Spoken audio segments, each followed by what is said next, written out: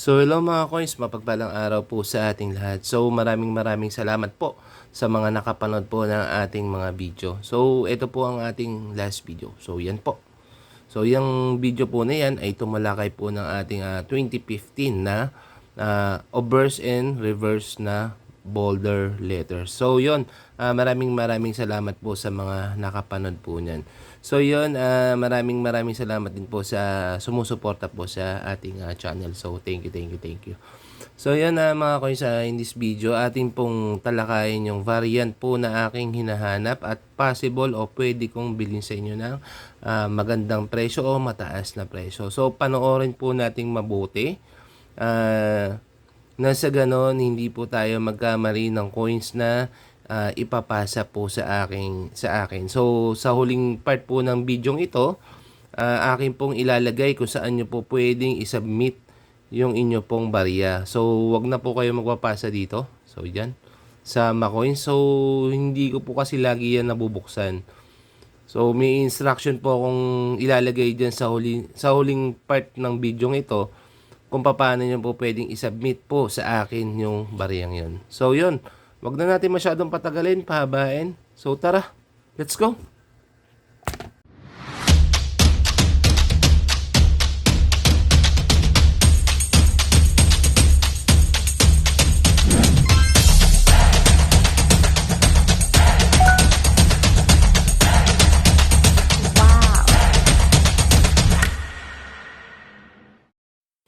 So hello mga coins, mapagpalang araw po ulit sa ating lahat. So yun, in this video po ating pong tatalakayin yung two variant po na aking matagal nang hinahanap. So marami po akong mga video dyan na ibinigay po sa inyo.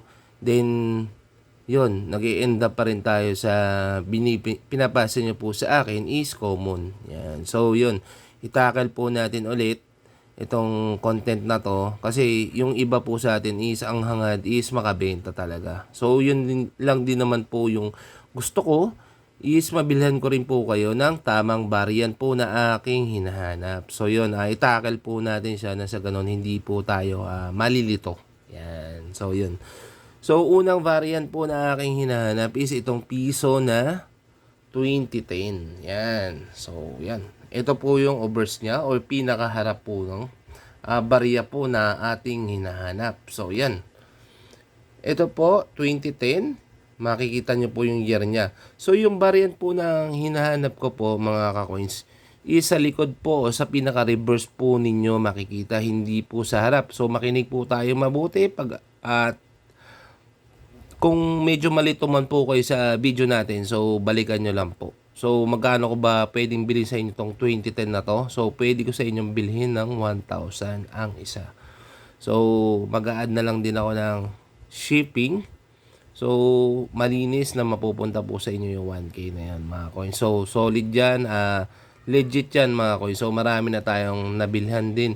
Hindi man dito sa ating YouTube. So may mga ilang subscriber din po tayo na nabilhan na rin natin dito. Sa Facebook, marami na rin po tayo nabilhan. So yun, 2010 po. So titignan niyo po yung pinaka year po niya. Yan. Ito po yung unang-una yung titignan, syempre. So yung reverse niya o pinakalikod niya, wag po tayo magpapasa ng most of the time po kasi lagi akong pinapasahan ng ganito and ng ganito. So mga coins, ito po yung die 1. Yan. So i-zoom natin, liwanagan na anuhan natin ng konti para mas detailed tayo. So ito po yung die 1 and ito po yung die 2. So makikita po ninyo dito unang-una yung pinaka dali lang yan natin. Yan, timplahin natin na maganda. So bibilisan lang natin pagpapaliwanag kasi most of the viewers po natin dito is marunong naman po. So medyo nalilito lang din sila. So ipaliwanag natin syempre. So kaya tayo nandito sa YouTube na to is para matuto din po kayo. So bonus na lang din po pag makabili ako sa inyo. So ito po. Ito po yung die 1. So ito po yung die 2. Yan. So una nyo makikita rim. Yan. Ito po yung pinaka rim niya. Sorry. So, yan. So makikita nyo po sa pinaka-rim niya, inner and outer rim. Si die 1 is mas makapal po yung kanyang inner rim. And yung die 2 naman po, manipis ang inner rim. Cogwheel. So makikita nyo po, ito pong gear na to, cogwheel to mga coins. So makikita nyo po kagad yung difference po niya. So mas makapal si die 1, mas thinner po si die 2. Yan po ang tignan nyo po kagad. So ang hinahanap ko po mga coins is hindi ganito. Non-frost po yung aking hinahanap. Die 3 na 2010. Yan. So ito po yung bolder letters. So ang hinahanap ko po mga coins is ganito yung pinakalikod niya. Yan. Maliwanag po yan ha. Unang-una nyo makikita yung outer rim niya po is embossed. Labas po. At the same time, malalaki po yung gear or pinaka-cogwheel niya. Yung teeth po, ito po yung pinaka-teeth ng cogwheel. So yan. Ito po yung madalas sa aking pinapasa. Ang bolder letter. So hindi po ganito ang aking hinahanap mga coins ha. Ganito po yung pinaka-reverse o pinakalikod ng 2010 na aking hinahanap at pwede kong bilhin sa inyo ng 1,000. Yan. So, easy man ito mga coins. So, pinakamaganda, pinaka-the best. So, tapusin po natin yung video na sa ganun malaman po natin kung saan po natin pwedeng i-submit. So, makikita nyo po yung difference po niya. So, ganito yung pinaka-reverse o pinakalikod po nung coins na pwede ko pong bilhin sa inyo ng 1K. So, yun. Tingnan nyo pong mabuti. Ang pag-aralan nyo pong mabuti ay yung pinaka-rim po niya, outer rim, is embossed, labas. So, dapat may characteristic siya na ganito mga coins. Yan. So, 2010 na ganito. So, parang ganito po yan. Yan. Kung ito yung 2010, so, dapat mag-e-end up siya o mag-appear siya na ganito. So, ito po yung obverse niya. Then, yung reverse niya is dapat ganito. So, yan. So, ito po yung ipapakita po ako sa inyo. Munting video galing po sa ating solid na ka-coin. So, ito po yun. Yan. So, makikita nyo po dyan sa video na pinasa ng ating solid ka-coins na si Bossing. Yan. Makikita nyo po yung pinaka outer rim niya po is embossed, labas, and makapal. So, ganyan po yung coins na ating pong hinahanap. Yan. So, yun. Maraming salamat po sa nagpasa sa atin yan. So, thank you, Bossing. So, yun, sample reference lang po yan para at least may idea po tayo kung ano po yung coin na aking hinahanap na die 3. So, sana wag na tayong malito and makapag-proceed tayo sa ibang content. Kasi, most of the time, may nagpapasa po niya sa akin. So, yun. Lagi po tayo nag-end up sa hindi natin siya binibili. So, ito po. Next po natin is yung 2014. Yan. So, unang-una po natin makikita kay 2014 is yung obverse po niya o pinakaharap po niya is normal. Yan. So, dapat ang likod po niya nang hinahanap ko po is bold letters po ang hinahanap ko. So, dapat ang reverse po niya o likod po niya is dapat ganito. So, thin rim, large script, yung mga script natin, large dapat. Then, yung pinaka thin rim niya dapat ganyan, thin po yung pinaka rim niya. Yan. So, tingnan niyo po yung 1993. Saka dapat po mga coins, hindi po siya frosted.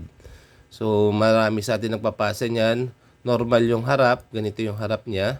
Then yung reverse po niya is frosted yung likod. So hindi po ganun ha. So parang ganito. Yan. So hindi po ganito yung aking hinahanap. So ganito po, non-frost po yung hinahanap natin na 2014. So hindi po siya die 3 ha. Yan, liliwanagin ko lang sa baka may malito. So ito po ang die 3. Yan, marami sa atin nagpapasa ng die 3 na 2014. Hindi po ganito. Ganito po. Yan. So, para malinaw, so magkano ko sa inyo bibilhin yan? Pwedeng nasa 1,2 hanggang 1,000. Hanggang doon lang po tayo. So, yun. May sample photos po tayo niyan. So, ito po. Yan. So, makikita nyo dyan, sa obverse po niya, sa pinakaharap po niya is normal lang po. Katulad po ng ating pinakita sa bidyong ito. Then yung pinaka-reverse niya and yung pinaka-likod po niya, makikita nyo po, yun nga po yung pinakita ko rin po dito sa ating video, thin rim and large yung pinaka-script po niya. And then yung pinaka-outer rim niya po is manipis. So, possible parang hindi siya masyadong kita. Kasi halos matatabunan siya nung pinaka-letra niya, pinaka-script ng coin na Bangko Sentral. So, yun. So, yun mga coins. Submit nyo po sa akin yan. So, paano ba mag-submit? So, katulad po nito. Yan. So, yan. Paki-screenshot po yung inyong mga comment. Nasa ganun po mga coins is makilala ko po kayo. So, saan nyo po ba pwedeng ipasa sa akin yan? So, yun. So, dito nyo po pwedeng ipasa sa akin mga coins. So, yan po. Diyan, pwede nyo po siyang ipasa sa akin dyan mga coins.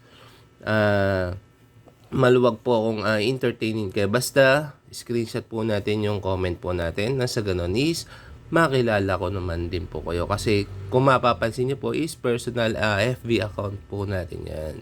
So, definitely sana po masundan po natin yung instruction mga coins.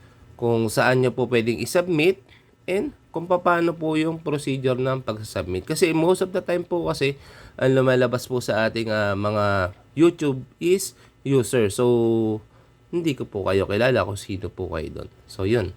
Para mas maliwanag, mas maganda, and mas smooth po yung ating transaction. So, yun.